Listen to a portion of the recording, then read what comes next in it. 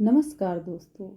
आज हम आपके लिए लेकर आए हैं एक बेहद प्रेरणादायक और भावनात्मक कथा, बुढ़िया और कार्तिक स्नान की कहानी। ये कहानी हमें सिखाएगी कि सच्ची भक्ति शरीर की शक्ति से नहीं बल्कि मन की श्रद्धा और प्रेम से होती है। तो हम कहानी शुरू करते हैं दोस्तों। बहुत समय पहले की बात है। एक छोटे से गांव में एक गरीब बुढ़िया रहती थी। उसका कोई नहीं था, न पति, न बेटा, न बहू। वह अकेली अपनी झोपड़ी में रहती और अपने जीवन का समय भगवान के नाम लेते हुए बिताती थी। उसका घर मिट्टी का था, छप्पर फूटा हुआ था और खाने के लिए मुश्किल से 2 वक्त की रोटी जुटा पाती थी। लेकिन उसके मन में अटूट श्रद्धा और भक्ति थी। वह हर दिन भगवान विष्णु का नाम लेकर दिन की शुरुआत करती और रात को सोने से पहले भगवान के चरणों में प्रणाम करती। एक दिन गांव में घोषणा हुई, भाइयों और बहनों, कार्तिक मास शुरू हो गया है। जो व्यक्ति इस महीने में प्रातःकाल स्नान, दान और भगवान विष्णु की पूजा करता है, उसे अनंत पुण्य की प्राप्ति होती है। गांव के सभी लोग सुबह सुबह नदी किनारे जाकर स्नान करते। हर कोई सुंदर कपड़े पहनकर, हाथ में दीपक लेकर भगवान विष्णु और तुलसी माता की पूजा करने निकलता। बुढ़िया ने भी यह सुना। उसके मन में भगवान के प्रति तीव्र इच्छा जागी।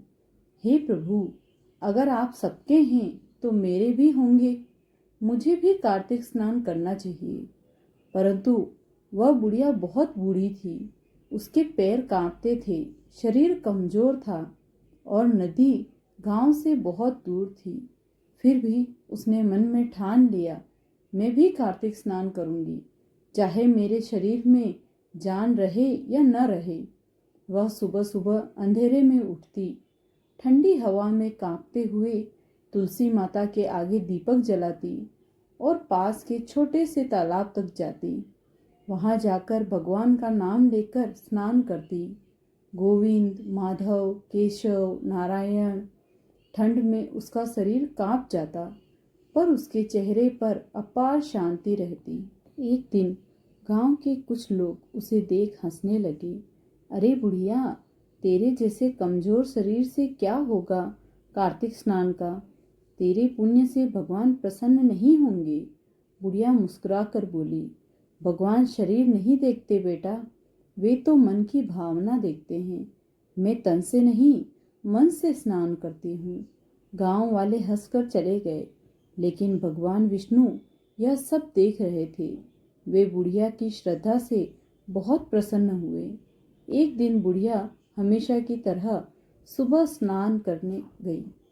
पानी बहुत ठंडा था, ठंडी हवा चल रही थी। वह बोली, हे नारायण, मैं तो बहुत गरीब हूँ। मेरे पास सोना चांदी नहीं, ना कोई मंदिर है। मेरे पास सच्चा दिल है जो सिर्फ आपके लिए धड़कता है। इतना कहते ही बुढ़िया का शरीर ठंड से कांपने लगा और वह बेहोश होकर गिर पड़ी। उसी समय भगवान विष्णु स्वयं एक साधु के रूप में वहां प्रकट हुए। उन्होंने बुढ़िया को अपनी गोद में उठाया और कहा, माता, तुम्हारी भक्ति सच्ची है। कार्तिक मास में किया गया तुम्हारा स्नान, हर दीप और प्रणाम मेरे हृदय तक पहुंच चुका है। अब तुम्हें किसी और जन्म की आवश्यकता नहीं, तुम्हें सीधे मेरा धाम प्राप्त होगा। यह कहते ही चारों ओर दिव्य प्रकाश फैल गया। तालाब का पानी सुनहरी चमक से भर गया। गांव के लोग जब वहां पहुंचे तो उन्होंने देखा, बुढ़िया के स्थान पर एक चमकता हुआ दीपक जल रहा है जो बुझ ही नहीं रहा। सभी ने समझ लिया कि यह कोई साधारण स्त्री नहीं थी, बल्कि भगवान की परम भक्त थी, जिसे स्वयं विष्णु भगवान अपने धाम ले गए। सच्ची भक्ति शरीर से नहीं, मन की श्रद्धा से होती है। कार्तिक मास में किया गया स्नान, दीपदान और भगवान विष्णु की पूजा हमें मोक्ष की ओर ले जाती है। भगवान केवल धनी या शक्तिशाली लोगों की नहीं, निर्मल मन वालों से प्रसन्न होते हैं। यदि तुम्हारा मन पवित्र है तो हर जलधारा तीर्थ है, हर दीपक आरती है और हर सांस भक्ति है।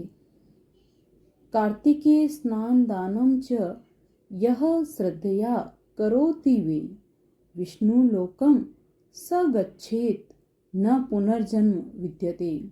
अर्थात जो व्यक्ति श्रद्धा भाव से कार्तिक मास में स्नान और दान करता है वह विष्णु लोक को प्राप्त होता है और फिर जन्म मरण के चक्कर से मुक्त हो जाता है। अगर आपको यह कहानी पसंद आई हो तो प्लीज़ वीडियो को लाइक और चैनल को सब्सक्राइब जरूर करें।